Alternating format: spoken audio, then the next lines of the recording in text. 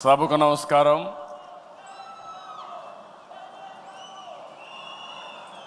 గట్టిగా అందరం కూడా ఎన్టీఆర్ అంటే గట్టిగా మీరు అమర్హయని గట్టిగా చెప్పాలి. రీసౌండ్ రావాలి. మీ నియోజకవర్గాల్లో కూడా ఈ శబ్దం వినిపించాలి. ఎన్టీఆర్, ఎన్టీఆర్, ఎన్టీఆర్, తెలుగుదేశం, తెలుగుదేశం, తెలుగుదేశం. ఇప్పుడే మనం చూసాం, యుగ పురుషుడు మనల్ని ఆశీర్వదించడానికి స్వర్గం నుంచి దిగొచ్చి నిండు మనసుతో ఆశీర్వదించాడు. అది కూడా మీరు ఒకసారి చూస్తే, నేను ఐటీ మాట్లాడాను, అప్పుడు నమ్మలేదు. ఇప్పుడు ఎన్టీ రామారావు గారే వచ్చి మనల్ని దీవించారంటే అది ఆర్టిఫిషియల్ ఇంటెలిజెన్స్ అని చెప్పి కూడా నేను మీకు తెలియజేస్తున్నా. ఆయన తెలిసిన వాళ్ళకందరికీ అర్థమవుతుంది. ఇలాంటి వినూత్నమైన కార్యక్రమాలతో మనం ముందుకు పోతున్నాం. మహానాడుకి సముద్రంలా పోటెత్తి వచ్చిన తెలుగు తమ్ముళ్లకు, చెల్లమ్మలకు, టీడీపీ వీరాభిమానులకి అందరికీ మరొక్కసారి నా నమస్కారాలు. మేము కొద్దిగా ఆలస్యంగా కొంతమంది వేదికపై నుండే నాయకులు వచ్చారు, కానీ మీరు మాత్రం 10 గంటలంటే డాట్ 10 గంటలకు ఈ హాల్ అంతా పూర్తి అయిందంటే అది మీకుండే కమిట్మెంట్ అని మరొక్కసారి విజ్ఞప్తి చేస్తున్నారు. మహానాడు తొలి రోజు పలు కీలక అంశాలపై మనం చర్చించుకున్నాం. నిన్నటి మహానాడు చర్చలు ఎంతో అర్థవంతంగా పార్టీని మరింత బలోపేతం చేసే విధంగా, రాష్ట్ర ప్రజలకు మేలు చేసే విధంగా సాగాయి. ఈరోజు మన పార్టీ వ్యవస్థాపక అధ్యక్షులు, తెలుగు తేజం, తెలుగు ప్రజల ఆత్మ గౌరవ శిఖరం, తెలుగు పౌరుషం, సినీ రాజకీయ సార్వభౌముడు శ్రీ నందమూరి తారక రామారావు గారి జయంతి. సాధారణంగా ఒక వ్యక్తిని కానీ, ఒక సినిమా హీరో కానీ, ఒక రాజకీయ నాయకుడిని కానీ కొంతమంది వ్యక్తులు, కొన్ని సమూహాలు, కొన్ని వర్గాలే అభిమానిస్తాయి. కానీ తెలుగు జాతి మొత్తం అభిమానించి, ఆరాధించే, గుండెల్లో పెట్టుకునే ఏకైక నాయకుడు నందమూరి తారక రామారావు గారు. ఎన్టీఆర్ జయంతి అంటే తెలుగు జాతికి ఒక పండుగ రోజు, ప్రతి ఒక్కరూ స్మరించుకునే రోజు. మనకు తెలిసిన, మన కళ్ళ ముందు కనిపించిన యుగ పురుషుడు ఒకే ఒక వ్యక్తి, ఎన్టీఆర్. ఒకే వ్యక్తి 2 రంగాల్లో రారాజుగా రాణించడం మనం చరిత్రలో చూడలేదు. ఎన్టీఆర్ జీవితంలో ఎన్నో మలుపులు, మరెన్నో మెరుపులు, ఇంకెవరి జీవితంలో చవి చూడని మజిలీలు. ఒక సాధారణ ప్రభుత్వ ఉద్యోగ ప్రస్థానం మొదలుపెట్టి తెలుగు సినీ చరిత్రలో ఎవరెస్ట్గా ఎదగడం, ప్రజల కోసం పార్టీ పెట్టి ముఖ్యమంత్రి కావడం, ఇది అనితర సాధ్యం. ఎన్టీఆర్ జీవితం పూల పాన్పు కాదు, నిరంతరం పోరాటాలతోనే ఎదిగారు. స్వీయ క్రమశిక్షణ, నీతి నిజాయితీ, పట్టుదల ఆయన ఆయుధాలు. పాలు అమ్ముతూ చదువుకున్న, ప్రభుత్వ ఉద్యోగం చేసిన, సినిమాల్లో నటించిన, రాజకీయాల్లో వచ్చిన, ఆత్మ గౌరవాన్ని, ఆత్మాభిమానాన్ని వీడని నాయకుడని చెప్పి కూడా నేను మీకు తెలియజేస్తున్నా. ఒక సామాన్య రైతు బిడ్డగా పుట్టి 33 ఏళ్ళు వెండి తెర జీవితంలో 13 సంవత్సరాలు రాజకీయ జీవితంలో అద్వితీయ చరిత్ర సృష్టించారు.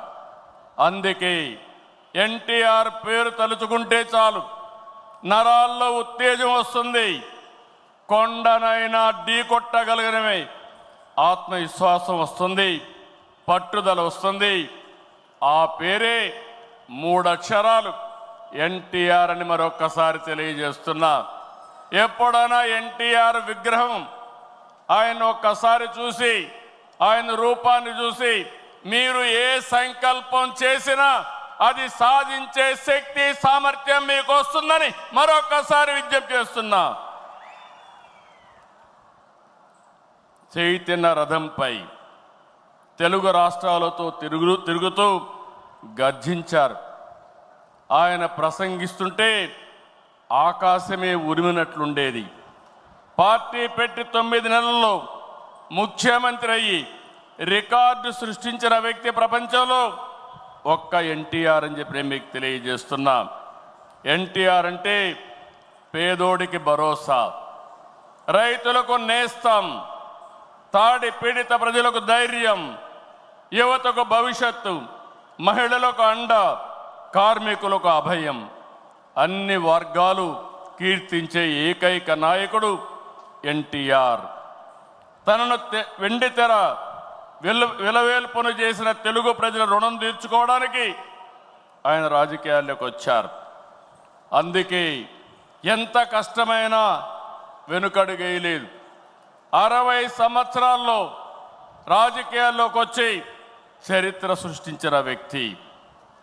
ప్రజలపై నుండే ప్రేమాభిమానాలు, అవినీతి రాజకీయాల్ని కడిగి పారేయాలనే పట్టుదల ఆయన రాజకీయాల్లోకి తీసుకొచ్చింది.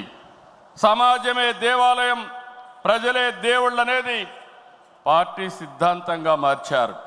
అధికారం అంటే బాధ్యతని చాటి చెప్పారు. పదవంటే సేవ చేసే అవకాశమని నిరూపించారు.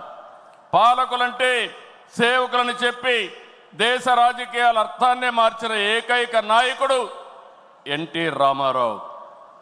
ఎన్టీఆర్ పార్టీ పెట్టి కూడు గూడు గుడ్డ తన విధానం అని చెప్పారు. పార్టీలో ఇల్లు, నాగలి, చక్రంతో తన ప్రాధాన్యతలు వివరించారు. 43 ఏళ్ళు ఎన్టీఆర్ రూపొందించిన పసుపు జెండా శాశ్వతంగా ఉంటుంది. తెలుగు జాతి ఉన్నంత వరకు ఎన్టీఆర్ గుర్తుంటారు. ఈ జెండా ప్రజలకు సేవ చేస్తుందని చెప్పి కూడా నేను మీకు తెలియజేస్తున్నా. పసుపు జెండా అంటే దేశ రాజకీయాల్లో కొత్త ఒరవడికి నాంది పలికిన జెండా, తెలుగువారి అభివృద్ధి పదాన నడిపించిన జెండా, తెలుగువారి ఆత్మగౌరవాన్ని చాటి చెప్పిన జెండా, తెలుగు ప్రజల్లో ఆత్మవిశ్వాసాన్ని నింపిన జెండా, ఆడబిడ్డలకు అండగా నిలిచిన జెండా, రైతన్నల కన్నీరు తుడిచిన వెన్నంటే ఉన్న జెండా, విజన్తో తెలుగు జాతికి విజయాన్నిచ్చిన జెండా, తెలుగు ప్రజల నమ్మకం, విశ్వాసం, భవిష్యత్తు, భరోసా తెలుగుదేశం జెండా.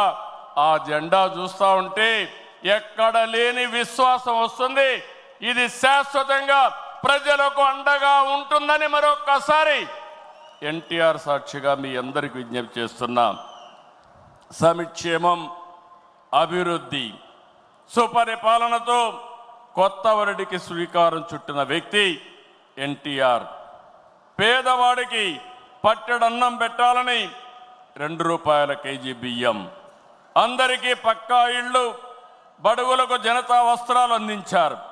వృద్ధాప్య పింఛను, 50 రూపాయలకే హార్స్ పవర్ విద్యుత్తు, గురుకుల పాఠశాలల ఏర్పాటు, పిల్లలకు మధ్యాహ్న భోజన పథకం, మహిళలకు ఆస్తి హక్కు, సాగునీటి ప్రాజెక్టుల నిర్మాణం, ఉద్యోగ కల్పన, పరిశ్రమల ఏర్పాటు, రోడ్ల నిర్మాణం.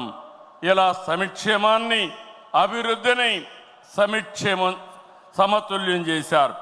పటేల్ పట్వారీ వ్యవస్థ, సింగిల్ విండో విధానం, బీసీలకు, మహిళలకు స్థానిక సంస్థల్లో రిజర్వేషన్లు తీసుకొచ్చారు. రాజకీయాల్లో రాకమునిపే సేవాభావం ఉండే వ్యక్తి ఎన్టీ రామారావు గారు. 1952 సంవత్సరంలో రాయలసీమ కరువు వస్తే జోలి బట్టి డబ్బులు వసూలు చేసిన వ్యక్తి.